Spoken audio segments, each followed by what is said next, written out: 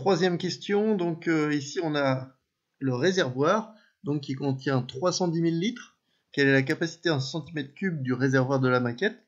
On applique le coefficient de réduction de 1 sur 125.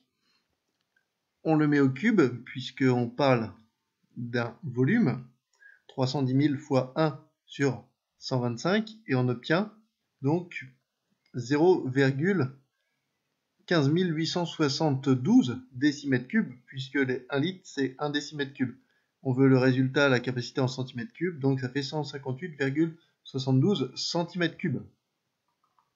On passe à l'exercice 59, étudier la puissance d'une éolienne. Alors une éolienne, ici la pale de l'éolienne a fait 44, la pale de la grande éolienne fait 66. Si on accepte que la puissance de l'éolienne elle est proportionnelle à l'aire du disque décrit par les pales, comment on fait pour passer de 44 à 66? 66 divisé par 44, c'est 1,5. Mais en fait, c'est non pas proportionnel à la longueur de la pale, mais à la longueur que décrit la pale, donc à la longueur du disque. Donc, comme c'est une question d'air, il faut mettre 1,5 au carré. Et ça donne 2,25. 66 sur 44 au carré. Le coefficient d'agrandissement, 66 sur 44 au carré. 2,25. Par quel nombre va-t-on multiplier la puissance, calculer l'énergie en watts-heure fournie par une éolienne de puissance moyenne 4 fois 10 puissance 6 watts pour un an de fonctionnement. Donc 4 fois 10 puissance 6 watts fois 24, 24 heures dans une journée fois 365 jours par an. Donc ça donne 35 040 fois 10 puissance 6 watts-heure.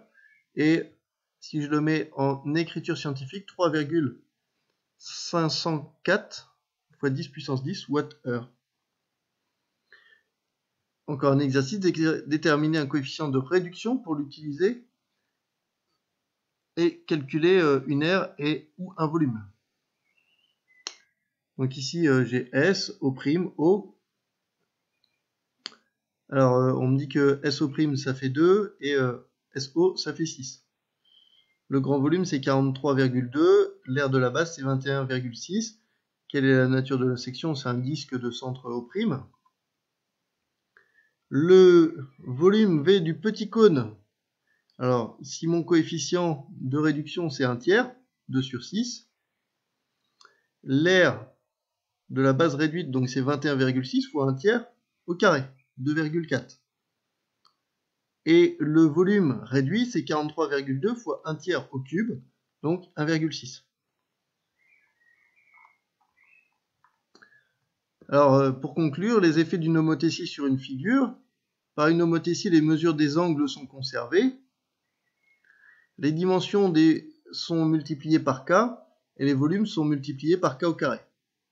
Et les volumes sont multipliés par k au cube, et les aires multipliées par k au carré. Voilà, merci de m'avoir écouté, bon travail à vous, n'hésitez pas à poser des questions. Au revoir.